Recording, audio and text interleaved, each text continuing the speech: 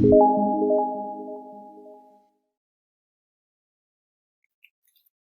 Everyone, operator ഓവർലോഡിങ്ങിനെ കുറിച്ചാണ് നമ്മൾ ഈ വീഡിയോയിൽ ഡിസ്കസ് ചെയ്യുന്നത്. ഇപ്പോൾ ഡാറ്റയിൽ രണ്ട് ക്ലാസ്സസ് തമ്മിലൊക്കെ ആഡ് ചെയ്യാനുള്ള ഒരു ഫീച്ചർ ഡിഫോൾട്ട് ആയിട്ടില്ല. അപ്പോൾ ഓപ്പറേറ്റർ ഓവർലോഡിങ് വഴിയാണ് നമ്മളിത് സാധ്യമാക്കുന്നത്. അപ്പോൾ ഒരു എക്സാമ്പിൾ വെച്ച് തന്നെ നോക്കാം. അതിനുവേണ്ടി നമ്മൾ ആദ്യമായിട്ട് പേഴ്സൺ എന്ന് പറയുന്ന ഒരു ക്ലാസ് ക്രിയേറ്റ് ചെയ്യുകയാണ്. ക്ലാസ് പേഴ്സൺ ഏജ് എന്ന് പറയുന്ന ഒരു ആട്രിബ്യൂട്ടും ഇനിഷ്യലൈസ് ചെയ്യാം. Int age.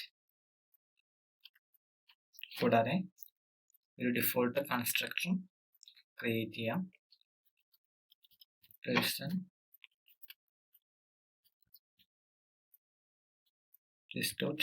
ഏജ് ഏജ് ആണ് റിസീവ് ചെയ്യുന്നത്.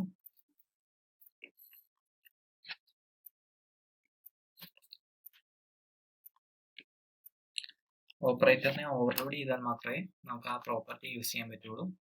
അപ്പോൾ അതിനായിട്ട് അതെങ്ങനെയാണ് ചെയ്യുന്നത് നോക്കാം. പേഴ്സൺ ഓപ്പറേറ്റർ ഏത് ഓപ്പറേറ്റർ ആണ് യൂസ് ചെയ്യുന്നതെന്ന് വെച്ചാൽ അത് കൊടുക്കുക. ഇന്റ് ന്യൂ ഏജ്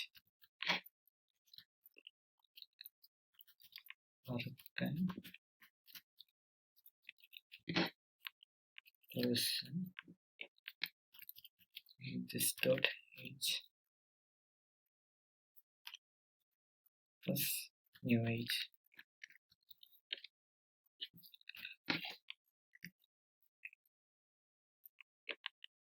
ശരിക്കും ഓപ്പറേറ്ററിനെ ഓവർലോഡ് ചെയ്യുന്നത് ഫംഗ്ഷന്റെ ഒരു സിന്റാക്സ് തന്നെയാണ് ഫോളോ ചെയ്യുന്നത്. ഇതിൻ്റെ വ്യത്യാസം എന്താണെന്ന് വെച്ചിട്ടുണ്ടെങ്കിൽ ഫംഗ്ഷന്റെ നെയിമിന് പകരം നമ്മൾ ഓപ്പറേറ്റർ ആണ് അവിടെ യൂസ് ചെയ്യുന്നത്. ഏതാണ് ഓപ്പറേറ്റർ എന്നുള്ളത് സ്പെസിഫൈ ചെയ്ത് കൊടുക്കും. പിന്നെ ഒരു ഇൻറ്റജർ വാല്യൂ ന്യൂ ഏജ് എന്ന് പറഞ്ഞ ഒരു ഇൻറ്റജർ വാല്യൂ ഇവിടെ റിസീവ് ചെയ്യുന്നുണ്ട്.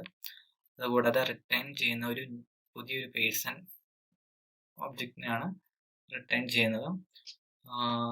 അതായത് നമ്മൾ കൊടുത്ത ഏജ് പ്ലസ് നമ്മൾ കൊടുക്കുന്ന ന്യൂ ഏജ് അത് രണ്ടും കൂടെ ആഡ് ചെയ്തിട്ടുള്ളൊരു പേഴ്സണെയാണ് റിട്ടേൺ ചെയ്യുന്നത്.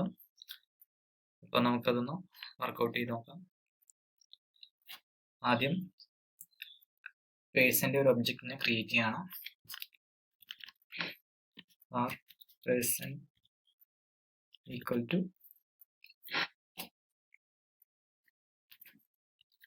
പേഴ്സൺ.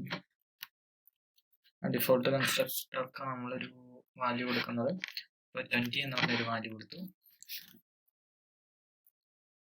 അപ്പം നമുക്കതൊന്ന് പ്രിന്റ് ചെയ്യിച്ച് നോക്കാം. പ്രിന്റ്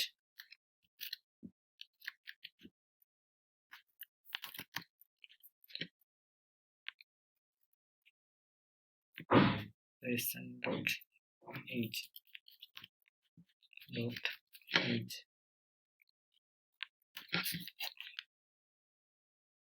നമുക്ക് ഔട്ട്പുട്ട് നോക്കാം.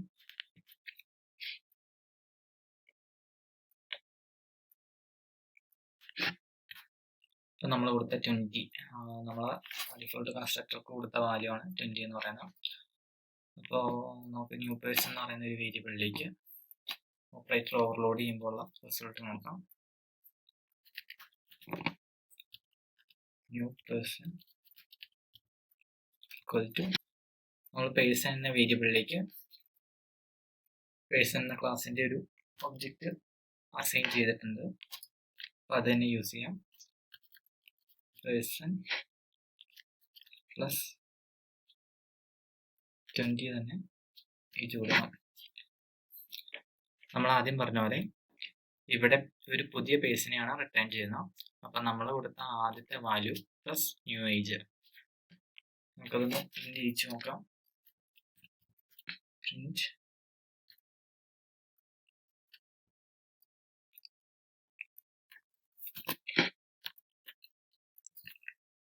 New person dot age. ഇതാണ് ഔട്ട്പുട്ട് നോക്കാം.